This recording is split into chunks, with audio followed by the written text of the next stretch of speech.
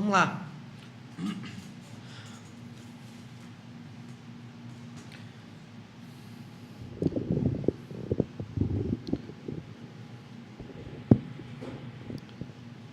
Bom, então nós havíamos falado a respeito desse movimento que nasce do povo, que é o apocalipsismo, e a influência dele com relação ao nosso texto do Apocalipse do Novo Testamento.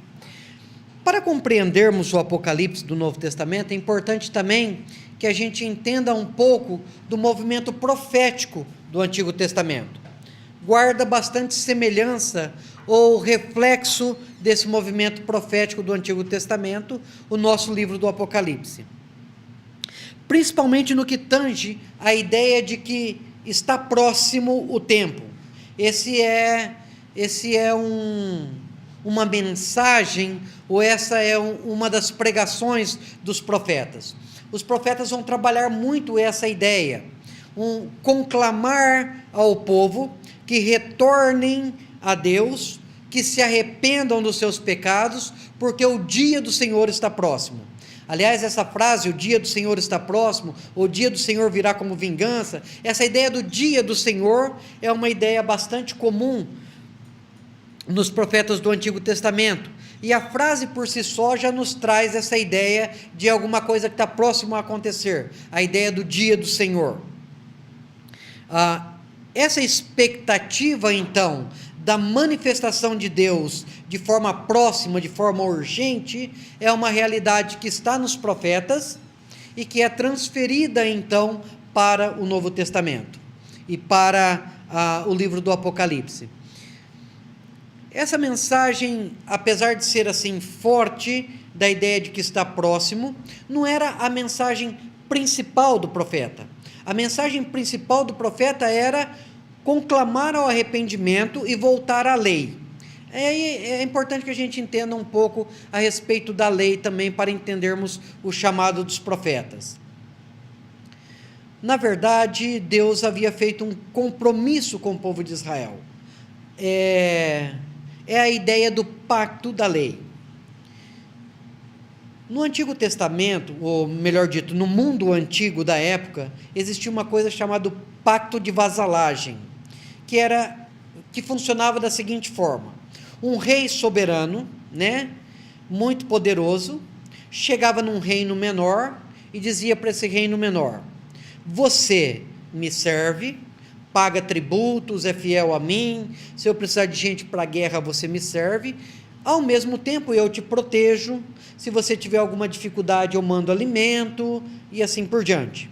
Esse era o chamado pacto de vasalagem, de vasalo, de servidor. E é basicamente essa estrutura que nós temos no Deuteronômio, por exemplo. Em outras palavras, é Deus falando para o povo de Israel o seguinte: eu vou ser o seu Deus, eu vou te proteger, eu vou cuidar, vou mandar a chuva, vou fazer isso, vou fazer aquilo outro. Em contrapartida, eu peço que você seja fiel a mim. Bom, esse era o pacto. Aí o pacto tinha suas consequências se quebrado também. Então esse pacto dizia assim: se você é fiel, eu sou fiel a você. Se você quebra o pacto, eu vou te destruir. Este era o pacto. Isso é o que Deus fez com Israel.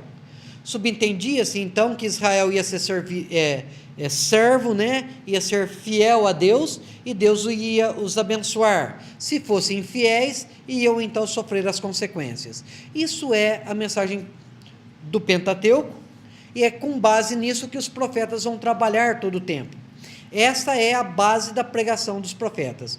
Os profetas vão pegar esse pacto, essa lei, e vão dar para ele uma nova roupagem, um novo colorido, mas a mensagem é basicamente esta.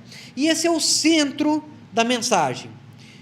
Junto com essa mensagem, que é o seu centro, tinha a ideia periférica de que o dia do Senhor está próximo. Volta logo, porque Deus vai fazer o juízo. Ele prometeu, vocês vão para o cativeiro. Então essa ideia estava sempre presente. Já no Apocalipse, essa ideia que era periférica, ela se torna central. É aquela ideia de que Deus vai vir logo, sabe? morre um pouco esse chamado ao arrependimento, mantém-se um chamado à fidelidade, e é forte, muito forte no Apocalipse, essa ideia de que vai vir logo, está iminente, está para chegar, e assim por diante, ok? Então nisso diferencia-se um pouco o Apocalipse dos profetas, mas encontramos eco dessa urgência da volta ao Senhor, já nos profetas, essa mensagem de que o reino de Deus está próximo, o dia do Senhor está próximo. Isso é o que o profeta faz, então, no Antigo Testamento, e um pouco disso nós encontramos, então, no nosso livro do Apocalipse também, essa ideia de que a mensagem é urgente, a mensagem está pronta, né? Mantenham-se fiéis, e assim por diante.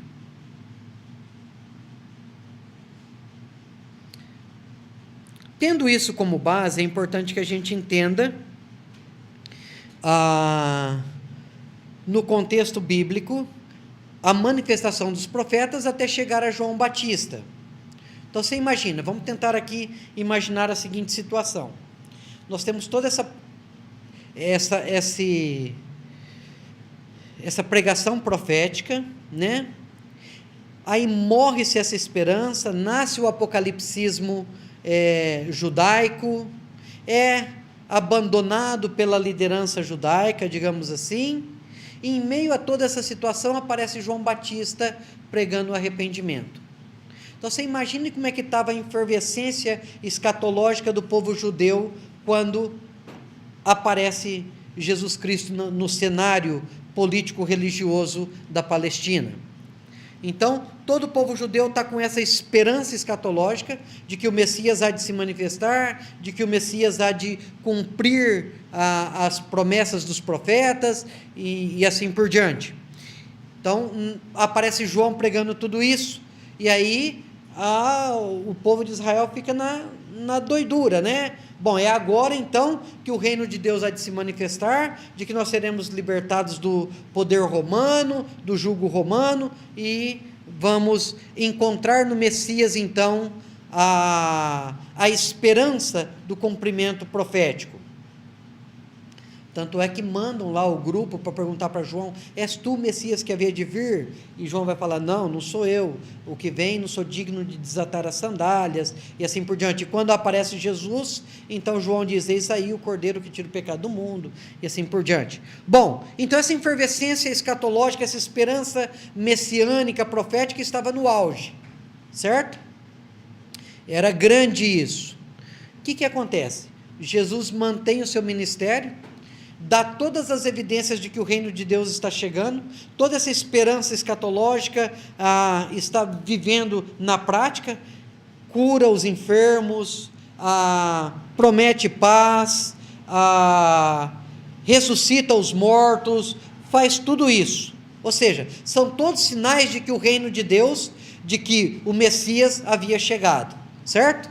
Então imagina como é que estavam os judeus. A única coisa que faltava para que o reino de Deus fosse estabelecido tal como havia sido prometido era os judeus se levantarem politicamente, o Messias destruir os romanos, né, e serem colocados num grau superior, melhor dito, num grau superior, e então começarem a coordenar toda a história mundial e assim por diante, porque essa era a esperança profética. Acontece que Jesus morre. E você imagina como é que ficam os judeus nessa história. Os caras haviam colocado toda a sua esperança messiânica em Jesus, havia visto todos os sinais do reino acontecendo, de repente Jesus morre. E aí então morre com ele a esperança messiânica, né?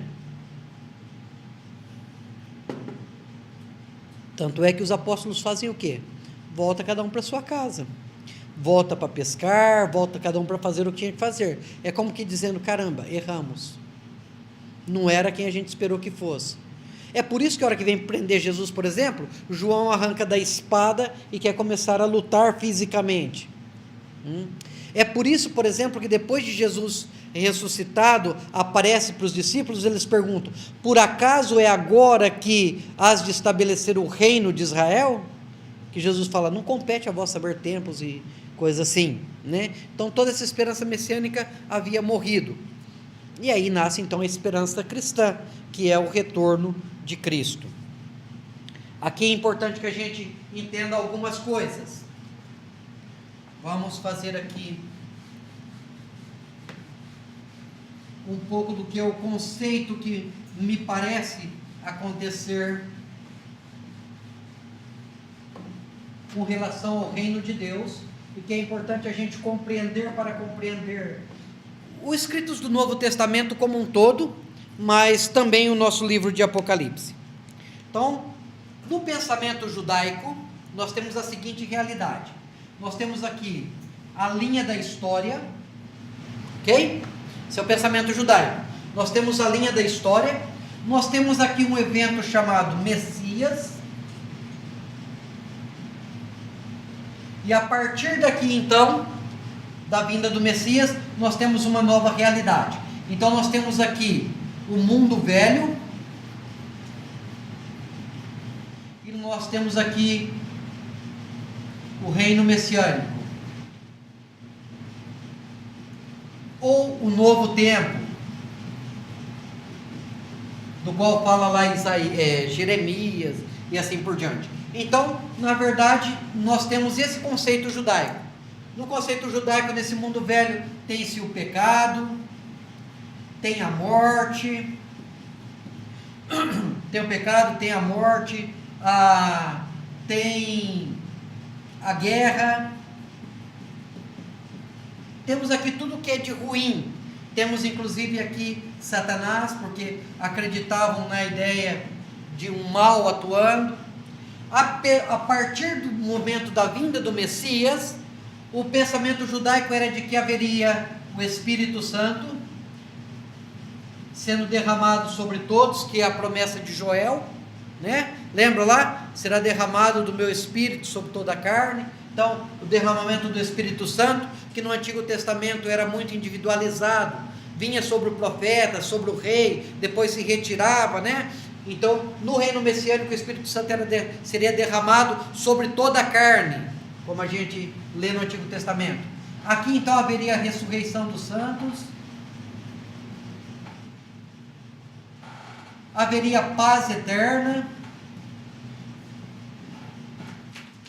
né? E haveria aqui a destruição de Satanás, principalmente com a ideia do derramamento do Espírito Santo. Então esse é o conceito judaico. Quando Jesus vem, e haveria aqui principalmente o governo, esqueci disso, o governo judeu, né? O governo judeu que governaria sobre todos os gentios. Então aqui nós temos o governo gentílico com a influência de Satanás. Aqui nós então teríamos o governo judeu com o Messias sobre todos os povos, ou sobre todos os gentios. Essa é a esperança messiânica dos judeus. Isso aqui é que os profetas haviam falado, ou melhor dito, isso daqui é o que os religiosos haviam entendido da mensagem dos profetas, ok? Então, quando Jesus aparece, quando João aparece pregando, e Jesus começa falando a respeito, ressuscitando mortos, falando de paz, falando de cura, falando de saúde, os caras dizem: pronto, chegou o reino, só falta o governo judeu. E aí então nós temos a realidade de que Jesus morre aqui, né? Morre, e aí então acaba toda essa esperança na pessoa de Jesus. Os judeus, como não receberam, está pegando a voz aí ainda, irmão? Os judeus, então, como não aceitaram a Jesus como Messias, eles seguem até hoje acreditando e esperando nisso. Essa é a esperança messiânica para os dias de hoje, tá? Seguem acreditando nessa mesma coisa, seguem tendo essa esperança. Os judeus transferiram, os cristãos, então, incluindo os judeus cristãos, transferiram isso para a segunda vinda de Jesus. E aí então nós temos um outro esquema para o Novo Testamento, ou para o cristão. Esse é o esquema, então, judaico, que haviam entendido da pregação dos profetas, e esse é o esquema então que o Novo Testamento vai apresentar. É o esquema que nós encontramos no Novo Testamento. Nós temos aqui a história da humanidade, nós temos aqui o evento Jesus, então nós temos aqui o mundo antigo, com aquelas mesmas situações, né? Morte, guerra, Satanás, morte, doenças, né? Enfermidade, assim por diante.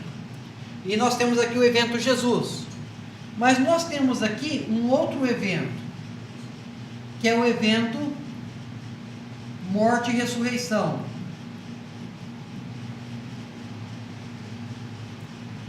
Então aqui, na primeira vinda de Jesus, começa uma outra realidade. Aqui, na verdade,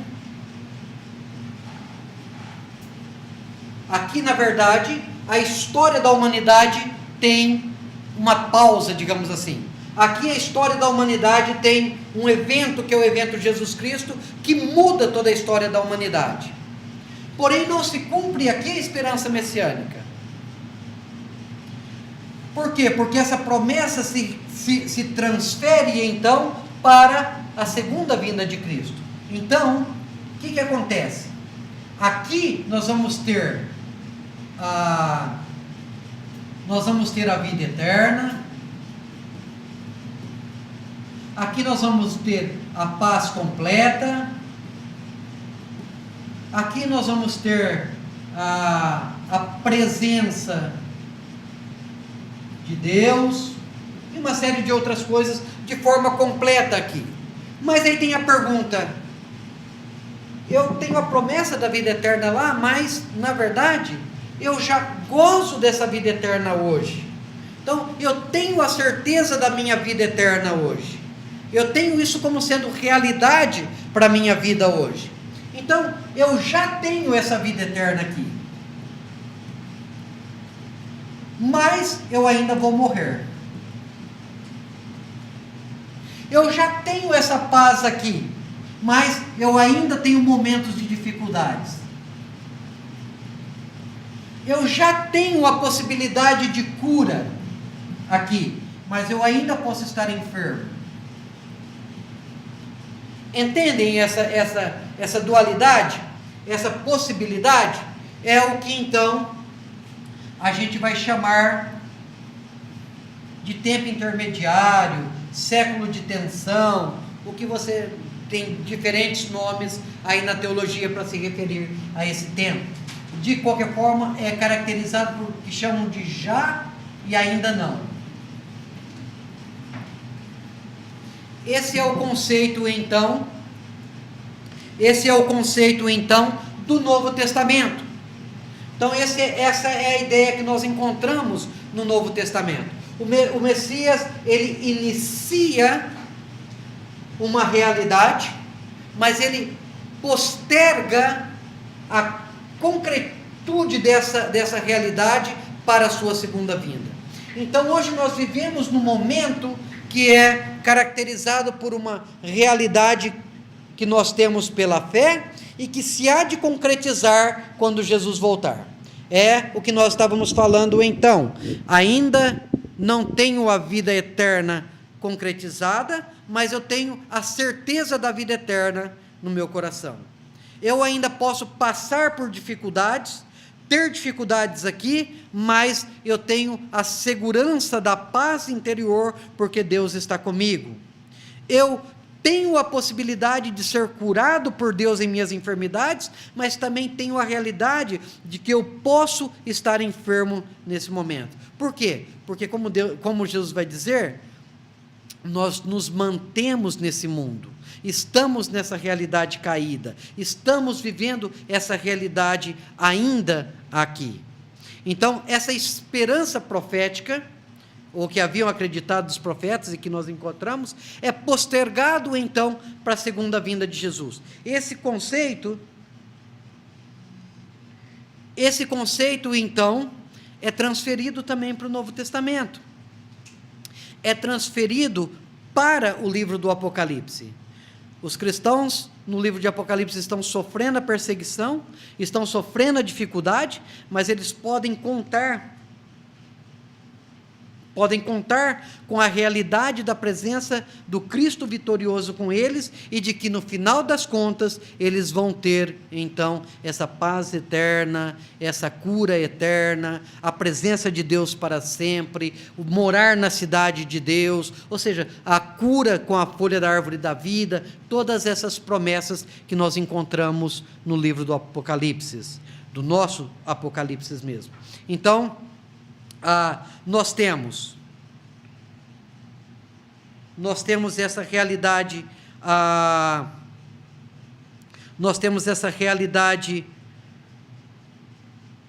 de que o movimento apocalíptico, ele emprestou ideias para o nosso Apocalipse. Nós temos a verdade também de que o movimento profético emprestou essas ideias para o nosso Apocalipse. Na verdade, o movimento profético ele é importante para o entendimento do Novo Testamento como um todo, esse conceito de reino de Deus e assim por diante, né? Mas nós vemos isso muito presente no livro do Apocalipse, ok?